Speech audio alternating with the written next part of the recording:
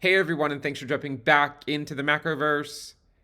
Today, we're going to talk about the most recent CPI report. We have new data with regards to headline CPI and core CPI, and we want to discuss the implications of that on risk assets. If you guys like the content, make sure you subscribe to the channel, give the video a thumbs up, and also check out the sale on Into the Cryptoverse Premium at intothecryptoverse.com.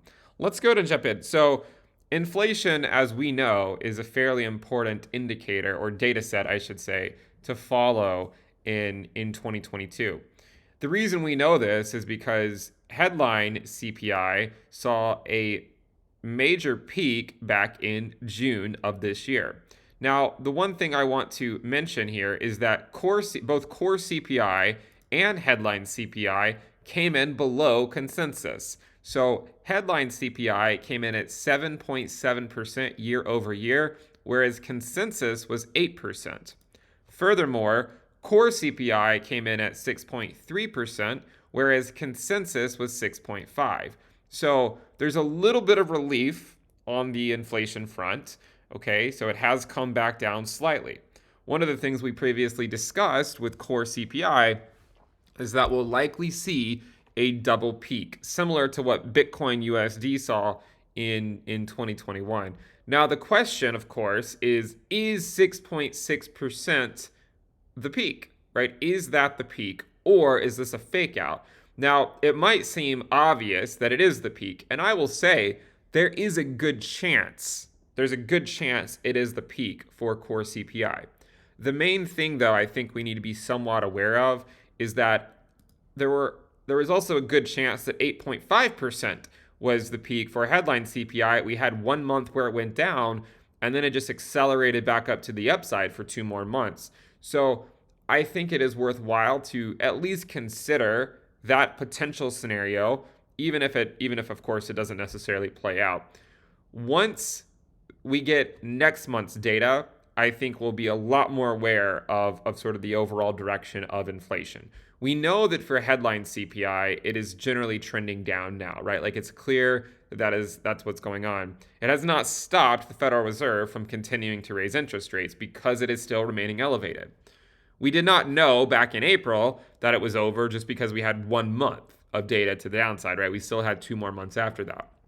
And we've talked about this before, that October could come in kind of light, but that doesn't necessarily negate what might be happening in November and December once we get back into, say, holiday spending at the end of the year. Furthermore, whatever happens in the stock market could also have implications on inflation. For instance, if the stock market continues, let's say like a Santa rally into the end of the year, that I imagine people will, they'll generally feel wealthier and more likely to spend money. And this would, of course, have adverse effects on the Fed's fight against inflation. So again, to summarize, core inflation has pulled back. Headline inflation has pulled back. Core and headline CPI have both pulled back from where their most recent highs were. They both came in under consensus today, and is arguably the reason you're seeing rallies in risk assets. The S&P 500 is back above 3,900. Now, the S&P has been continuing to put in lower highs for basically the duration of this year. If it were to come back up to this trend line for the 4th time, which there's no guarantees, I mean, there's been plenty of fake outs sort of halfway through these trends, but if it were to come back up to this upper trend line up here, you could be looking at an S&P 500 back in the $4,100 to $4,200 range, right? If it can actually make it back up to the top of the trend line. For it to actually see a new high, or a higher high, not a new high, but a higher high, it would actually have to go back above 43.25, which honestly does seem like a very tall order. And I want to explain why that would be a somewhat tall order for risk assets like the S&P 500 to accomplish in the coming months. One of the reasons is we know that the federal funds rate has continued to push higher at a pace that is essentially unprecedented. Okay? The Fed has now raised interest rates by 75 basis points for 4 meetings in a row. Therefore, it would be prudent for us to go assess what are markets currently suggesting the Fed funds rate will be. My general expectation, as I stated at the beginning of this year, is that the terminal rate would be somewhere between 4 to 5%. However, I amended that like 3 months ago or so, and I said, actually, I think it's going to be at least 5%, right? So at least 5% is where I think the terminal rate will be. I do believe we will continue to push higher than the 4% range. Now, it could still be months before they get the federal funds rate up to that 5% threshold. But I still think that 4 to 5% threshold is a very important area to watch. But let's go check in on markets. What do they currently suggest? Well, as of right now, and by the way, yesterday the probabilities were about 60-40, so 60% chance of a 50 basis point rate hike, a 40% chance of a 75 basis point rate hike. Now you can see that they've adjusted. Now it's an 80% chance or so of a 50 basis point rate hike and a 20% chance of a 50 basis point, or sorry, of a 75 basis point rate hike. So let me say that again because I messed it up. So it's an 80% chance of a 50 basis point rate hike and a 20% chance of a 75 basis point rate hike. So clearly right now the markets are favoring a 50 basis point rate hike. And I think that makes sense. Powell did say that he previously said that they are going to start thinking about slowing down the size at which they raise interest rates, but that they still have a long way to go. Now, in the last FOMC press conference, he did not say if they would definitively lower it at the December meeting. He said it could be at the December meeting or it could be at the February meeting. But I want to show you something that's really important. That's a detail that I think is worth remembering. And I think this will ultimately dictate whether they go with 50 or potentially a fifth and probably final 75 basis point rate hike. And that, at this point, another 75 basis point rate hike does not seem like the most likely scenario, but I want to show you why that could change. The main way that I could see it changing is look at the dates. The next time we're going to get CPI data is on December 13th. Okay, so just over a month from now. Now, let's go take a look at when the next FOMC is. Okay, so remember, December 13th is the next time we get CPI data. The next meeting for the Federal Reserve is from the 13th to the 14th. Now, it's on the second day that we will receive, the PDF, the press release with how much they're raising interest rates, and it's on the 14th that Powell will come out and give a speech. So, my general assessment is that if in December we get a reading for November on core inflation that is lower than 6.3%, I think they will likely go with 50 basis points. And remember, I've been pretty adamant that it's just going to be 75 basis points for the last 4 meetings. Like I've been pretty hawkish right there with Powell on that. But I will say, if core CPI comes in less than 6.3%, let's say it comes in at like 6% or something like that. This website is forecasting 6.2, but to be fair, they forecast 6.7 and it came in at 6.3. And then here they forecast 6.4 and it came in at 6.6. But I will say that again, like if core CPI continues to decelerate and it's more clear that this is the double peak and we don't have one more pop up into the end of the year thanks to holiday spending, then I think that the market expectations are accurate and that it will be a 50 basis point rate hike. On the other hand, if inflation next month for the reading in December, if it comes in for November at, say, back to 6.6% or even back to 6.5, or even if it's a new high, right, like 6.7, 6.8, if it does something like that, which is what headline inflation did earlier this year, right, where it went down and then it just shot right back up, then I think they're going to go simply with another 75 basis point rate hike for the 5th time in a row, because they're not going to look at that as having any meaningful impact just yet on inflation data, and they're likely going to want to get us closer to that 5% threshold sooner rather than later if, in fact, they're continuing to see inflation go up. So, again, today, markets have reacted good, right? Markets generally like that the Fed or that inflation has come down less than the consensus. Markets today are up 4 to 5%, like traditional markets. This is not usually a thing you see in a bull market. I will remind you of that. Normally, you don't see these types of days in a bull market. You see them in bear market rallies. That's just, I mean, it's not always the case. If you go back to March of 2020, after that huge dump, you can find several days that were above 4%, and it did lead into another bull market. So I do want to leave all the data on the table there and not pretend like those days don't exist. But in general, the most brutal moves to the upside occur during bear market rallies. Now, you might be wondering, if inflation has peaked, if core inflation has peaked, isn't that a good thing, right? Should that not lead us to new all-time highs? Well, one thing to remember is that in June, headline inflation had peaked, right? We got the data that it had peaked, and while that was a bottom for the S&P 500 for a while, it was not the bottom, right? Not yet anyways. Why is that, right? Why is that? Well, I think what we have to do is we have to go look at the yield curve. Okay, so let's go take a look at the yield curve.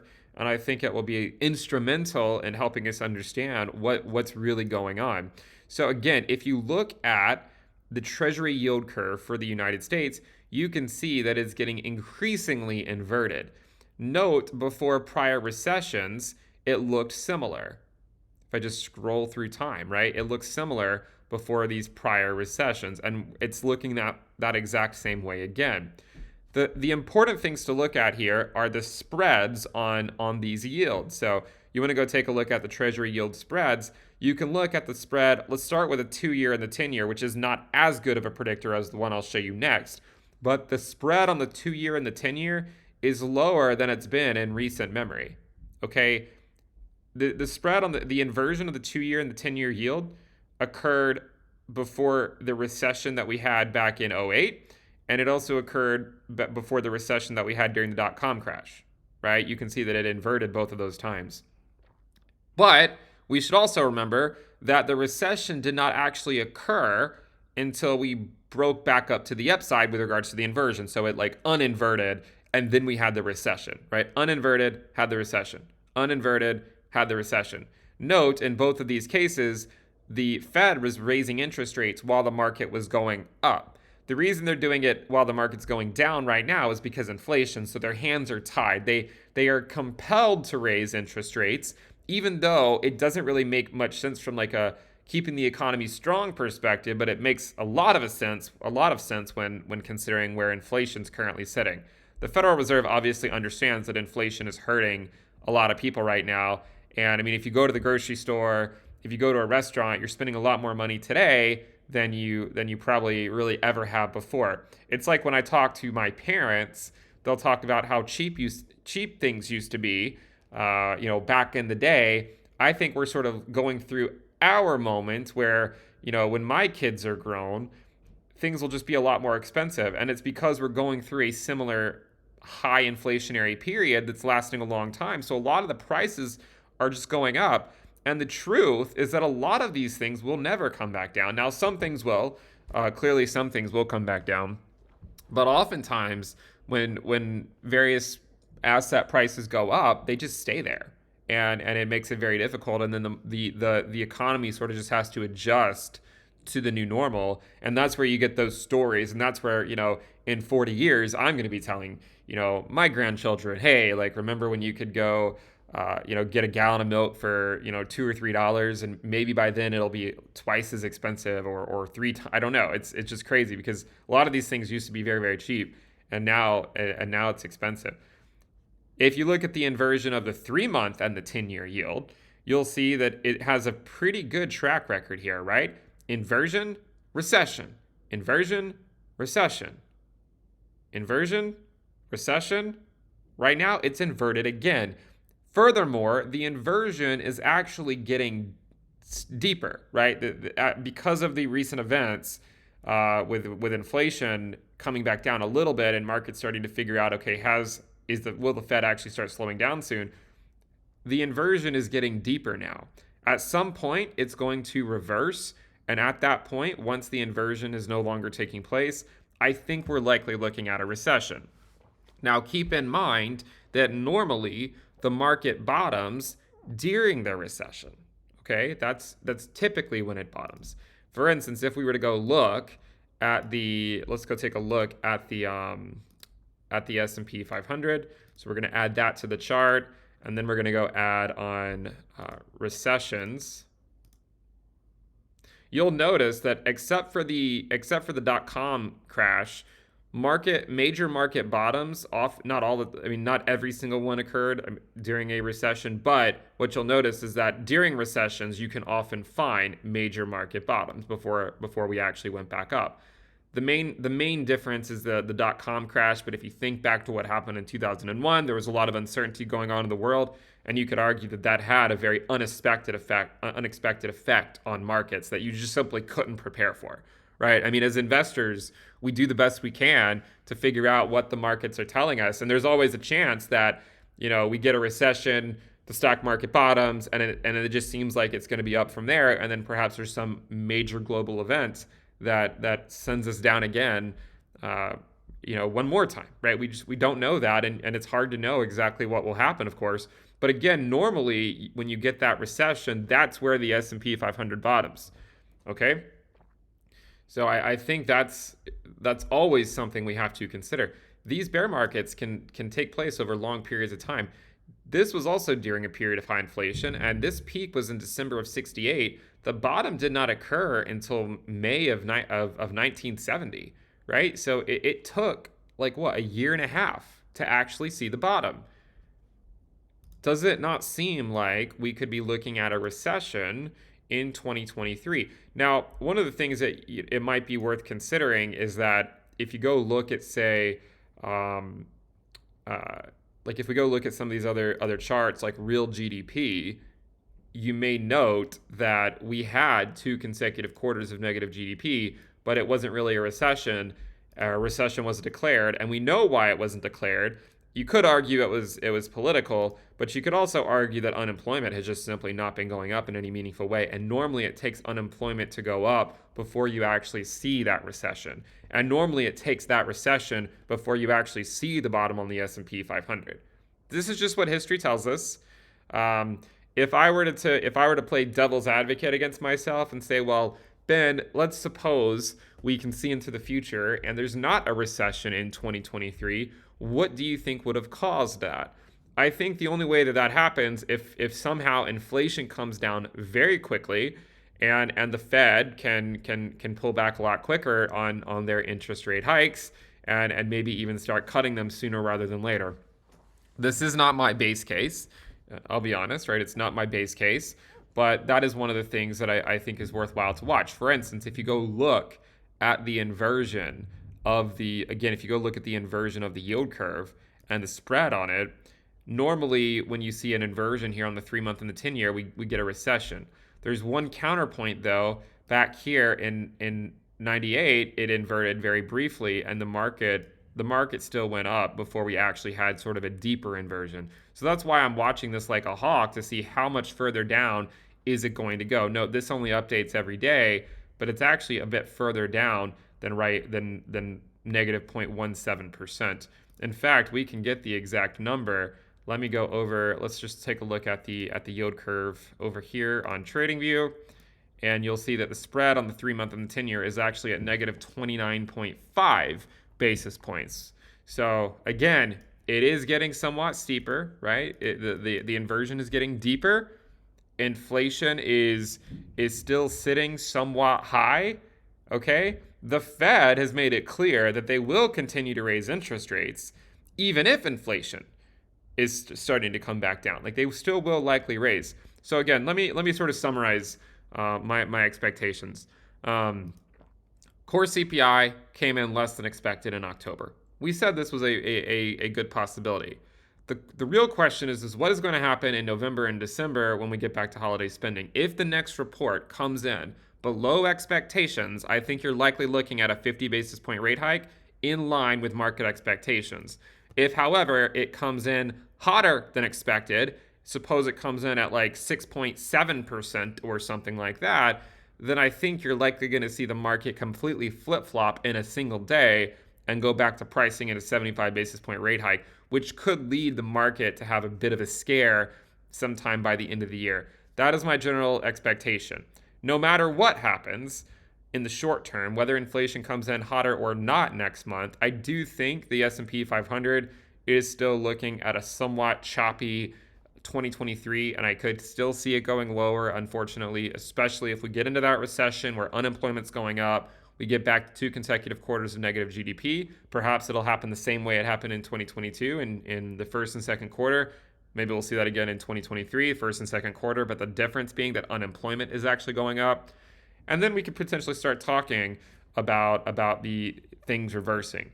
Okay, remember, the economy is likely not going to have another real phase of expansion until inflation is back down. So my hope is that inflation can come down quickly in 2023. If it stays elevated throughout 2023, there's a good chance that stock market returns will be somewhat tempered for several years. If you guys like the content, make sure you subscribe to the channel, give the video a thumbs up. We also do have Into the Cryptoverse Premium at intothecryptoverse.com. Check out the sale. You can find that in the description below or the pinned comment. Thank you guys for tuning in. I'll see you next time. Bye.